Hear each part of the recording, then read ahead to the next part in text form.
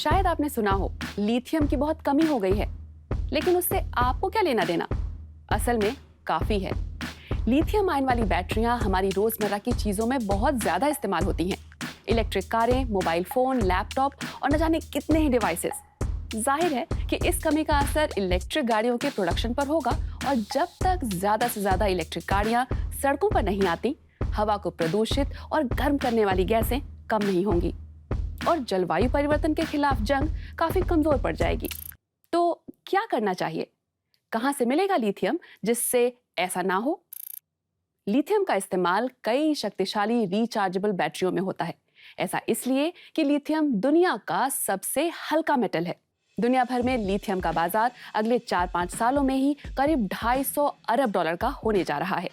White oil कहलाने वाला lithium सबसे ज्यादा ऑस्ट्रेलिया में निकाला जाता है। इसके बाद चिली और चीन का नंबर आता है। लेकिन और देश भी इसमें हिस्सा चाहते हैं।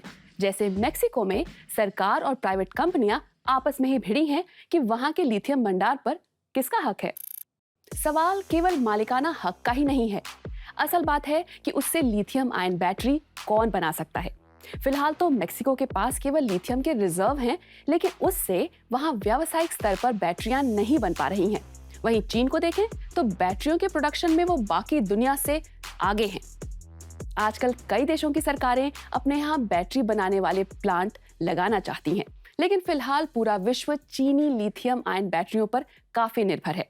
ग्लोबल प्रोडक्शन बढ़ तो रहा है, लेकिन आज मांग जितनी बढ़ चुकी है उसे पूरा नहीं कर पा रहा।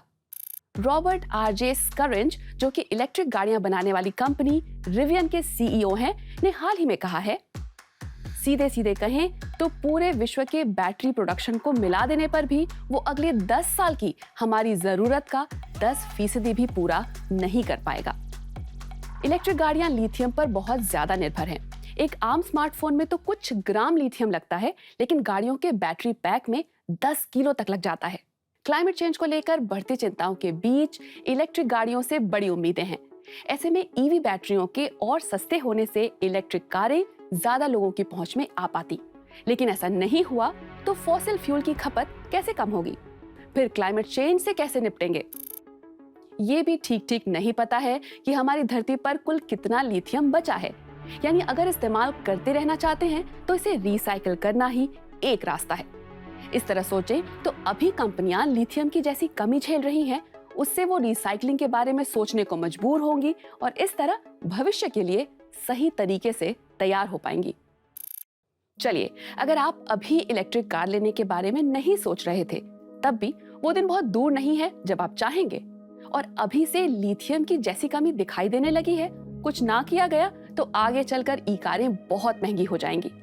स्मार्टफोन और दूसरी इलेक्ट्रॉनिक डिवाइसेस में लगने वाली चिप की कमी तो चल ही रही थी, लेकिन लिथियम की कमी उससे कहीं बड़ी परेशानी खड़ी कर देगी।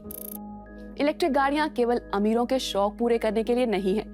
आज के समय में वो हमारी गर्म होती धरती को बचाने का एक रास्ता दिखाती हैं।